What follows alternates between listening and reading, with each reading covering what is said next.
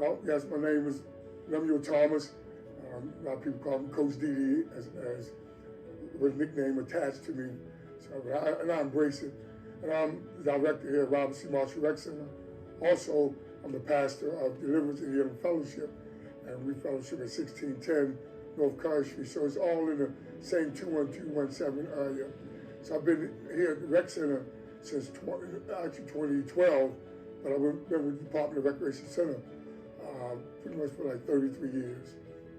Now my role at the Rec has expanded over the years from actually programming, having activities, and supervising staff, to growing into mentoring, counselor, coach. And so my role by expanding has given me an opportunity to really touch more and more lives, not just young people, but teens and also adults. And so I embrace that. I embrace that, being able to touch lives, particularly our young men who a lot of times come through the rec centers. They don't have fathers or male figures that they look up to. And not that I'm perfect, even though I'm pressing toward the mark of perfection. However, I want to offer them another side where they don't see a male out here offering to give them some drugs to sell or giving them a gun, but giving them Christ and allowing them to see a different side of what males can bring to their lives. But this community, it needs more of people coming in to help instead of putting it down.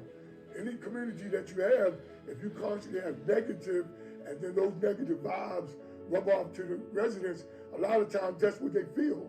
However, when you put positive into a community, the more positive you put in, the more positive you get out. So I would say this is a good community that can get better. We have a lady that works hard in this community. Her name is Miss Wanda Best. And Miss Best, I tell you, you start talking about the Penn North up the community and you start talking negative, you might have to deal with Miss Wanda Best. I love her, but she's doing a lot within this community to help with not only during this pandemic, but before then. They were putting in things and activities and also putting in things that help people. So whenever we do that, you'll find that it makes the community that's good a lot better.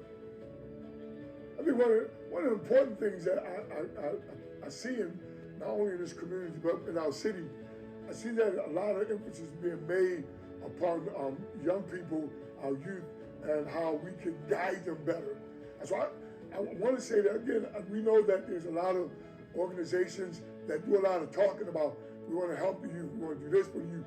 One of the things that I think that makes an impact is when you actually, where the youth are there. So where are the youth? The youth are in the streets. The youth, the young people, they're not particularly there at the malls. Young people in this community don't hang out too much at the malls. They're in the streets. So you got to get into the streets where they're at. They have to know that you, first of all, young people can spot phoniness. So if you come in there with an agenda, you come in there to make them statistics, you want to do a study, they're going to spot that, and they're not going to be receptive to what the message you have. But when you come into a community and you show them that you, first of all, care about them, that you love them, and you have their best interests at heart, then you'll get their attention. And you can't tell them the things that's negative that's happening. We know there's killings. We know there's young people that's dropping out. We know all these things.